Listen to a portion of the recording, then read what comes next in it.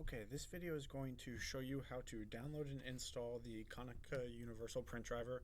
This is going to be for Windows-based systems, Windows 10, Windows 11. It's going to work with a wide range of Konica's printers. So all the printers that our company rents out to our clients, this print driver will work with them. So first thing you'll want to do is Google Konica print drivers, as I have here, and then we'll go to this website here, Onyx Web, the one that says self-help product support. And in the quick search bar, you're going to type in your machine model.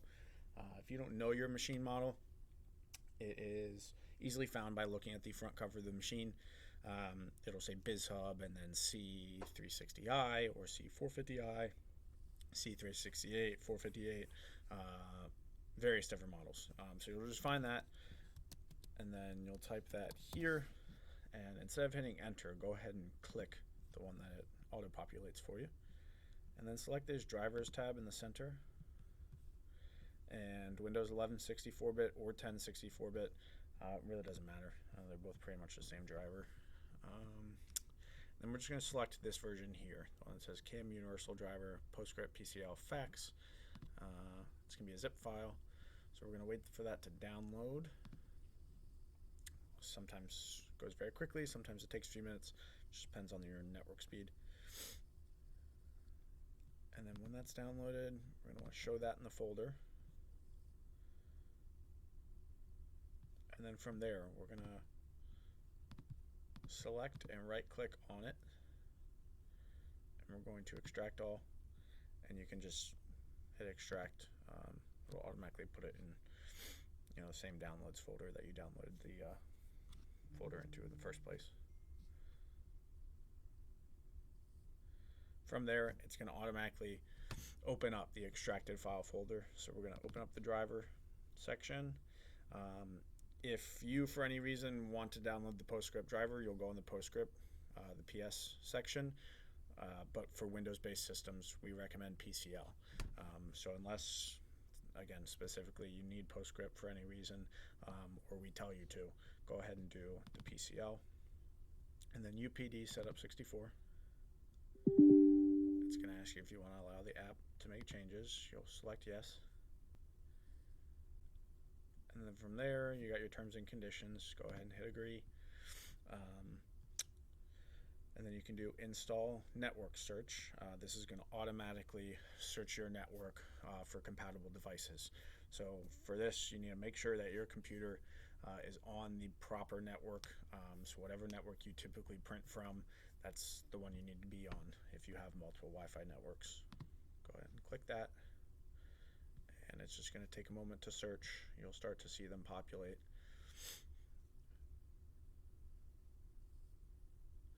So you'll go ahead and select the appropriate one. I've got a bunch of printers in my office. Looks like 2 are on right now, so it found both. The one I want to go ahead and do is the 450i.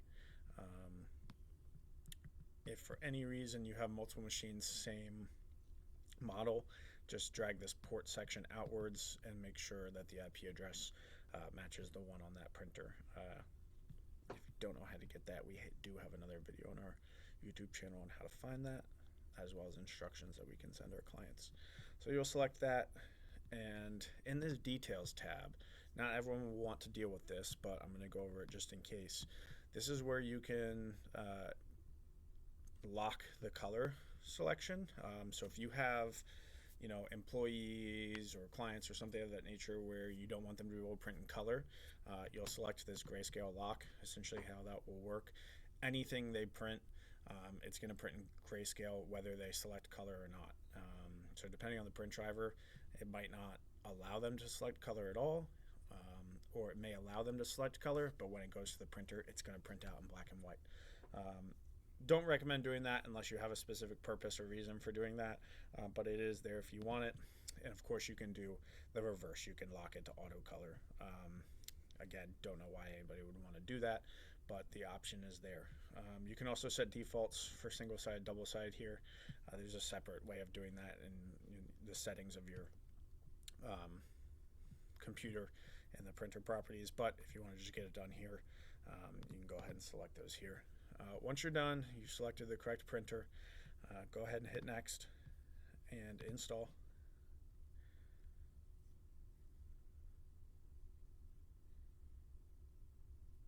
And again, this is going to take just a few moments to install the driver on your system and get it all set up, configured.